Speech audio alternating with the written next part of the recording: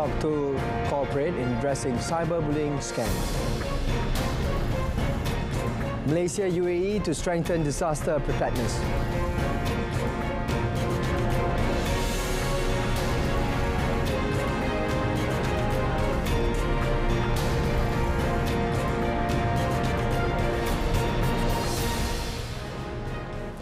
Salam Malaysia Madani, I'm SAHIH and you are watching Malaysia Tonight. Social media platform TikTok has given assurance that it will forge cooperation with the Ministry of Communications, the Malaysian Communications and Multimedia Commission's MCMC and Bank Negara Malaysia BNM to address the issues of cyberbullying and online scams. Prime Minister Datuk Seri Anwar Ibrahim made this statement following his meeting with a delegation from TikTok led by its Chief Executive Officer Xiao Zi Chu in Peru. The Premier noted that he raised several matters during the meeting, including the implementation of a regulatory framework to license social media and internet messaging services starting from 1st January next year. He also touched on issues such as cyberbullying, scams and the culture of defamation in Malaysia, which has been rampant on TikTok. Datuk Seri Anwar said they also discussed the collaboration between the Madani government and TikTok in Malaysia, and they have confirmed plans to continue making substantial investments. TikTok has also expressed its commitment to supporting Malaysia's efforts as the chair of ASEAN in the year 2025. Meanwhile, Datuk Seri Anwar launched Insan Holdings Berhad Matarani Solar Park in Lima. Insan Renewables has completed the acquisition of the 97 megawatt peak MWP Matarani Solar Project in Peru from Greenergy Renewables, international independent power producer, developer and engineering, procurement and construction company with a strong track record in Latin America. Insan Renewables have a reputation.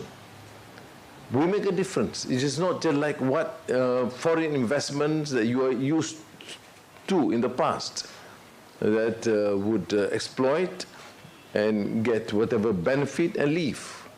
This is an investment that would render assistance to the countries that we are in. The project is located in the Molendo Desert in the Arequipa region, one of the world's highest solar irradiation areas. Most of the project's energy has been contracted through a power purchase agreement with a bankable off-taker for the next 15 years. According to Insan, the substantial increase in trade between Malaysia and Peru reflects Malaysia's commitment to facilitating bilateral trade through clear policies and an emphasis on ease of doing business, benefiting citizens and fostering strong relations between the two nations. Malaysia is set to strengthen disaster preparedness through cooperation with the United Arab Emirates UAE. Deputy Prime Minister Datuk Seri Ahmad Zahid Hamidi said UAE's experience in handling complex disaster challenges offers invaluable insights as the government works to strengthen Malaysia's disaster preparedness.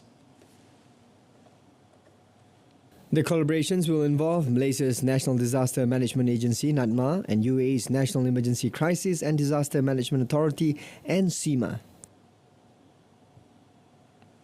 Yang paling penting ialah bagaimana sistem yang dilaksanakan itu menggunakan teknologi terbaru. Ada similariti di mana kita mempunyai jawatan kuasa di peringkat nasional dan negeri serta daerah. Mereka juga mempunyai sistem di peringkat federal dan 7 kawasan Emirat dan beberapa daerah yang lain. Yang paling penting ialah bagaimana koordinasi dan tindakan-tindakan segera itu dilakukan. Datuk Seri Ahmad Zahid, who is also the National Disaster Management Committee Chairman, also proposed the implementation of training programs involving elite teams from both countries. The Deputy Premier was met after a visit to NCEMA headquarters in Abu Dhabi. The Malaysian Institute of Road Safety Research, MIROS, has introduced 3 safety guidelines for electric vehicles, EVs, aimed at improving the efficiency of EV safety management. Transport Minister Anthony Loke Siu Fook said that the 3 guidelines are the Safety Guide for Road Users and Public Concerning Electrified Vehicle Incident Management, MyEVIM, Assessment Protocol for High Voltage Electric Vehicles, and the guidelines for electric vehicle crash testing laboratory safety. Kerana garis panduan ini sangat penting. Kerana EV ini sekarang ini semakin popular. Walaupun di Malaysia masih di peringkat awal, tetapi dia telah menarik minat ramai juga orang peminat yang ingin membeli kenderaan-kenderaan EV. Kita sudah ada puluhan ribu sekarang kenderaan EV di Malaysia, walaupun belum mencapai satu skala yang besar. Launching the EV safety guidelines at the Miros PC3 Tiang 2 facility in Lanka today, the minister said this approach is straightforward for the public to understand, particularly for taking initial step in case of accidents or rescue operations, as there are risks of explosions, electric shocks or fires during such incidents. He added that these guidelines will not only apply in Malaysia but will also be shared with ASEAN counterparts, as Miros is a leading vehicle testing centre in the region. The Domestic Trade and Cost of Living Ministry, or KPDN, has dismantled a syndicate allegedly mixing subsidised cooking oil with used oil and reselling it at inflated prices. The syndicate was uncovered during two separate raids on Tuesday at a residence in Taman Kajang Jaya and a business premises in Bandar Rincing, Selangor. The residential unit was suspected of being used to store subsidised cooking oil packets, which were cut open and transferred into intermediate bulk container tanks before being transported to the second site for mixing with used cooking oil. The syndicate, believed to have been operating for 6 months, purchased cooking oil packets in bulk from suppliers at RM2.50 per kilogram, mixed them with used cooking oil and resold the blend for RM3.80 to RM5 per kilogram. So just imagine lukratifnya industri gelap penjualan minyak masak terpakai ini, minyak masak paket ini yang dipotong dan kemudian mungkin campur sedikit Datuk KP dan dijual sebagai minyak masak terpakai. Kita tahu bahawa minyak terpakai ini boleh diproses untuk menjadi biodiesel.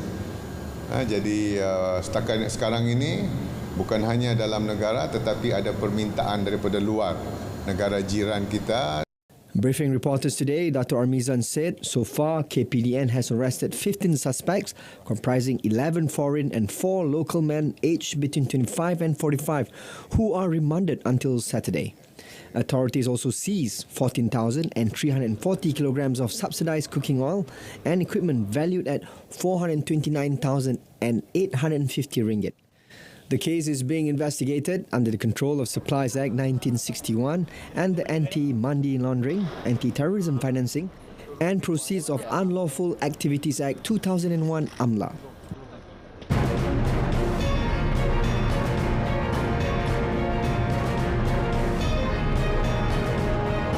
Coming up next, Khazanah maintains vision of investing in startups.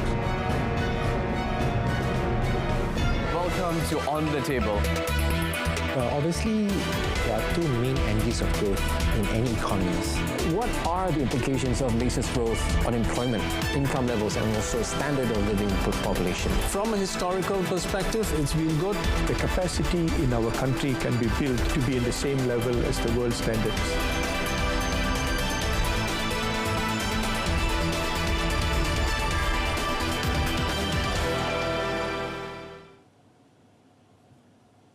Khazanah Nasional Berhad will continue investing in startups despite losses from its stake in online fashion retailer Fashion Valet Sdn Bhd.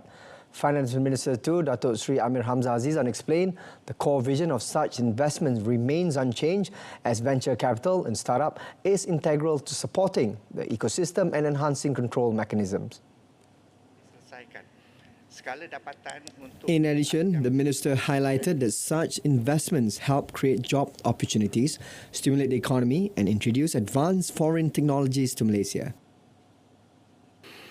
Isu Fashion Valet tidak akan menjejaskan Khazanah untuk melabur dalam syarikat pemula. VC masih kekal dalam mandat Khazanah dan Khazanah akan terus usaha untuk menyokong ekosistem syarikat pemula dan modal teroka sambil menambahbaikkan mekanisme kawalan. His remarks came in response to a question on whether Khazanah adopts a different approach to venture capital investments.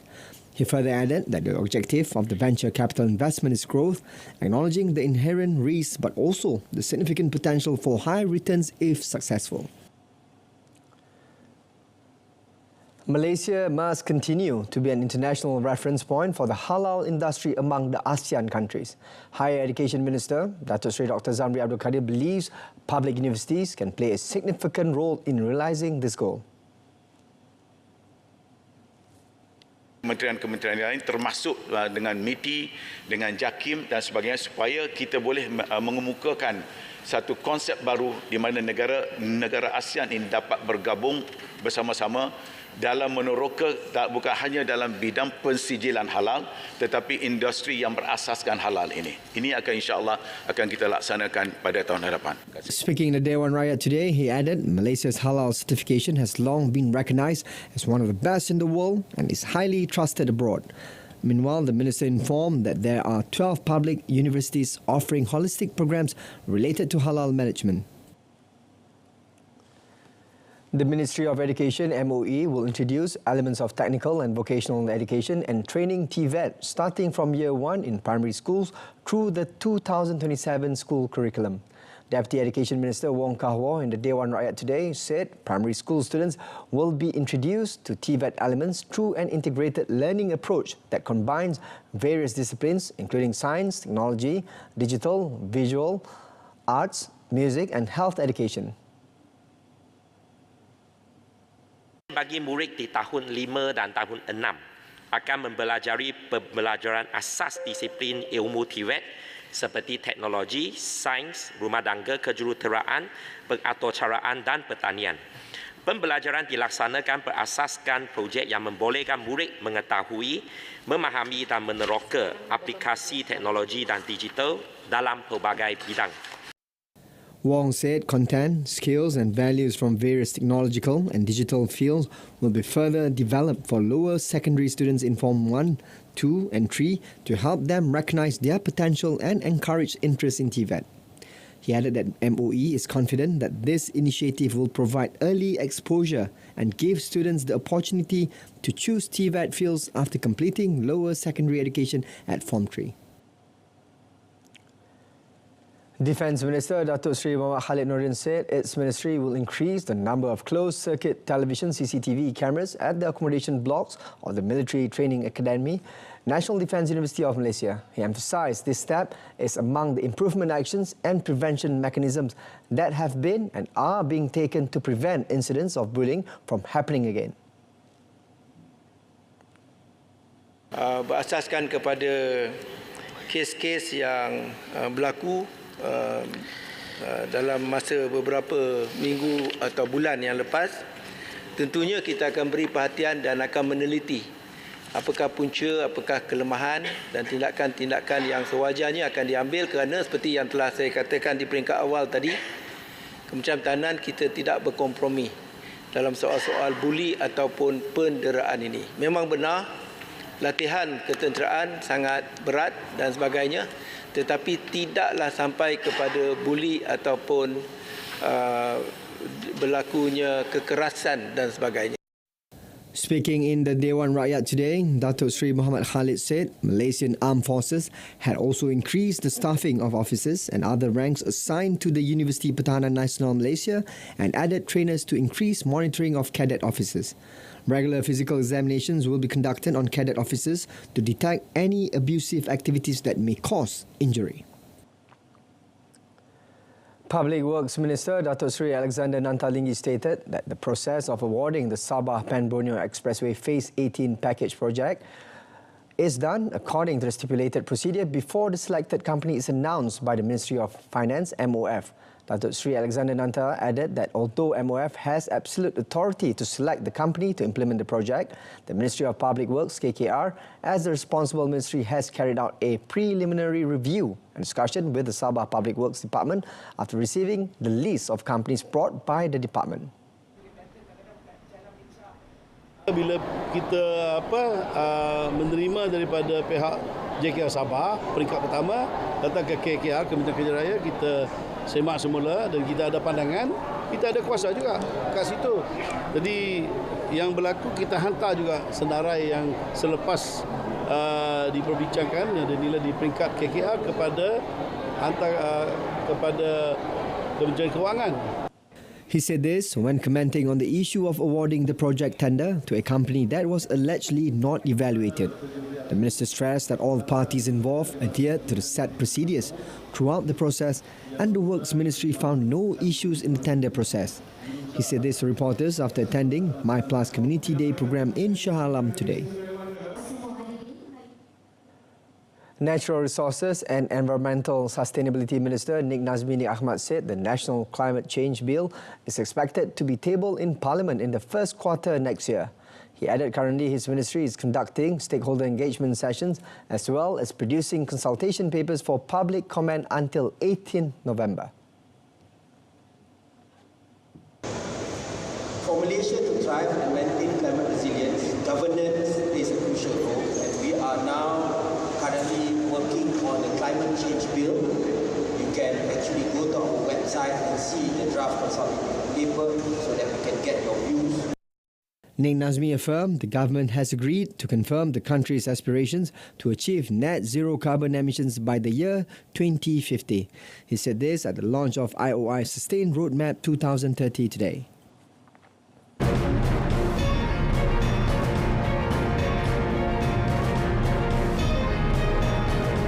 Still ahead, 1,000 flees as Typhoon Usagi hits north of Philippines.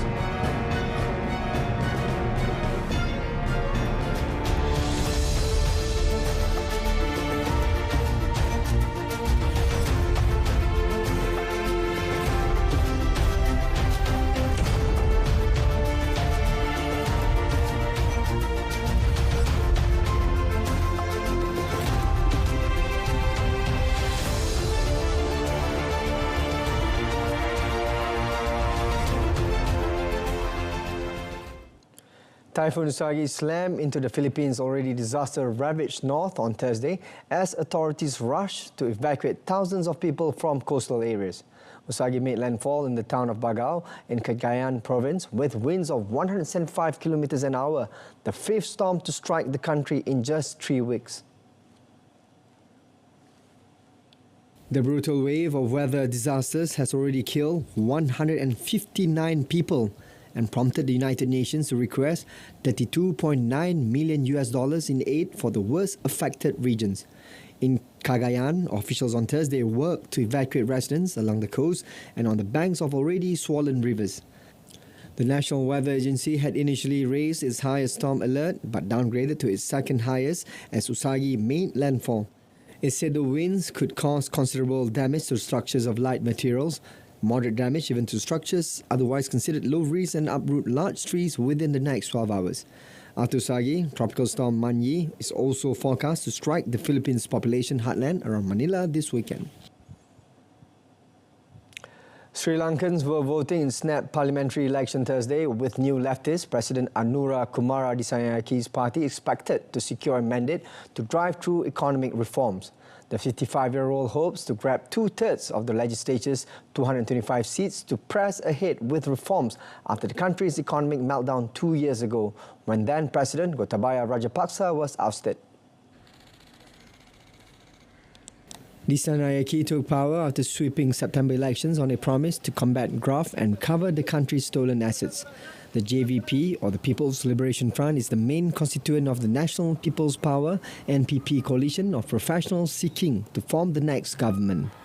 The NPP held just 3 seats in the outgoing assembly. Disanayake had been an MP for nearly 25 years and was briefly an agriculture minister. Some 17.1 million people are choosing between 8,800 candidates after a campaign that election monitors says was peaceful. The outgoing parliament was dominated by the party of former President Mahinda Rajapaksa, the Sri Lanka Podujana Peramuna SLPP, or the People's Front, but it has since splintered. Rajapaksa is not contesting, but his son Namal, a former sport minister, is seeking re-election.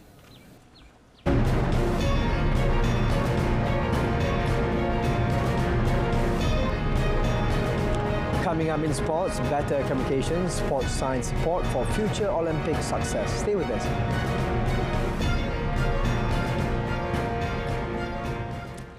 The Badminton Association of Malaysia, BAM, has proposed improvements in communications and sports science support to achieve its primary goals at major games, especially the Los Angeles 2028 Olympics LA28.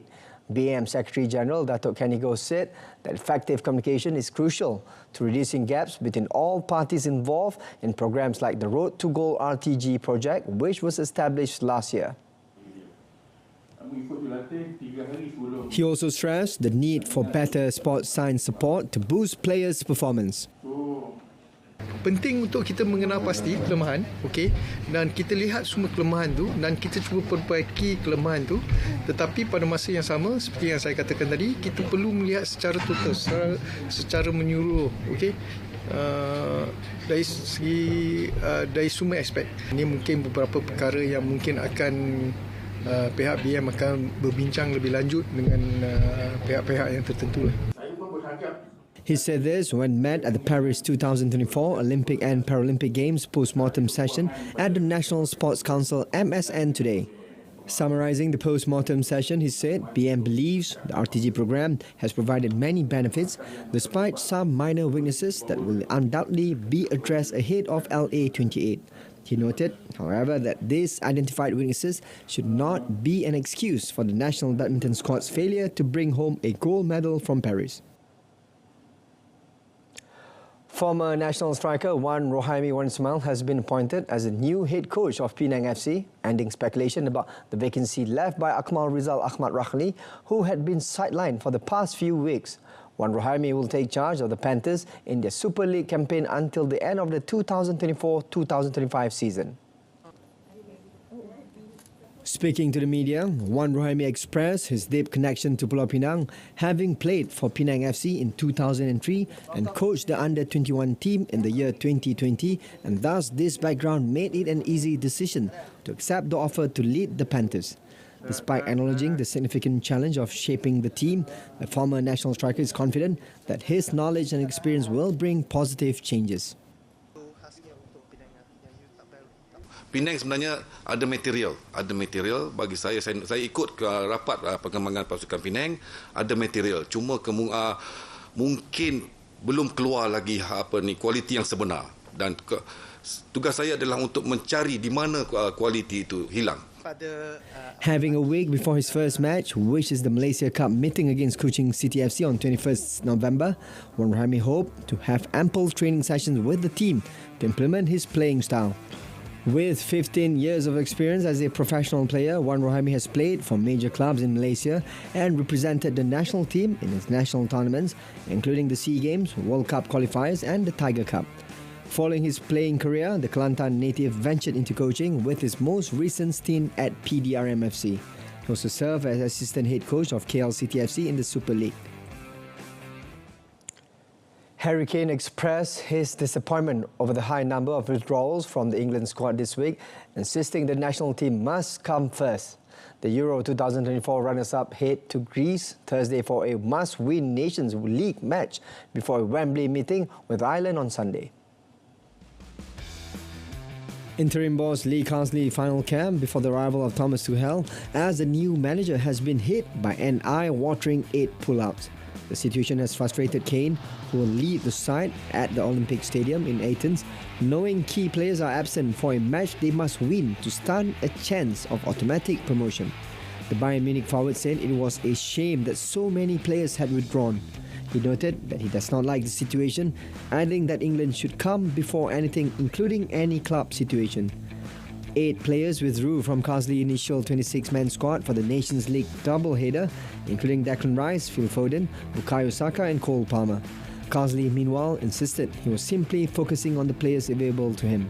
He said with the amount of players that have pulled out, it gives other players the opportunity to participate in the game. He stressed that it is important that the squad makes the most of the situation. Spain's Carlos Alcaraz has made light of feeling under the weather as he dispatched Russia's Andrei Rublev in impressive fashion to revive his ATP final hopes. The Spanish 4-time Grand Slam champion has been suffering with respiratory issues in Turin and wore pink nasal tape against Rublev, but enjoyed a resounding 6-3, 7-6 victory. Third seed Alcaraz, bidding to win the title for the first time, looked sharper than during his opening group match, which ended in a straight sets defeat by Norway's Casper Ruud. After sharing the opening 6 games, Alcaraz broke Rublev's serve with a scorching forehand winner and reeled off 5 successive games to seize control of the match. World number 8 Rublev, who also lost his opening match to Alexander Zverev, managed to stay with Alcaraz in the second set and could have earned a couple of breakpoints at 2-all had he not missed a routine ball after chasing a drop shot. A high-octane conclusion to the match saw Alcaraz fend off 2 set points in the tiebreaker before sealing victory. Rublev has now lost 6 successive matches at the ATP Finals in straight sets since reaching the semi-finals in 2022. Meanwhile, Casper Ruud missed an early chance to reach the semi-finals after losing in straight sets to Alexander Zverev. Zverev put on a punishing display to prevail in straight sets 7-6, 6-3 in his second win from as many matches. Zverev took charge of the match in the tie-break at the end of the first set, which before then had gone entirely with serve. The pair exchanged blows until the German broke in Game 8 of the second set and then served to love to win the match.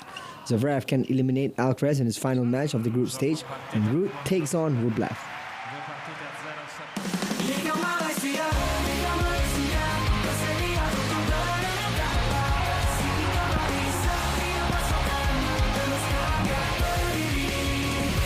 Melaksanakan misi, mempertahan maruah, mencipta secara setia perkembangan, takkan jenta dengan asalkan membuat peluang ketersediakan satu perjuangan, satu suara akan memilih jangan di dada dalam memburu takkan keaduan, kekuatan bicara.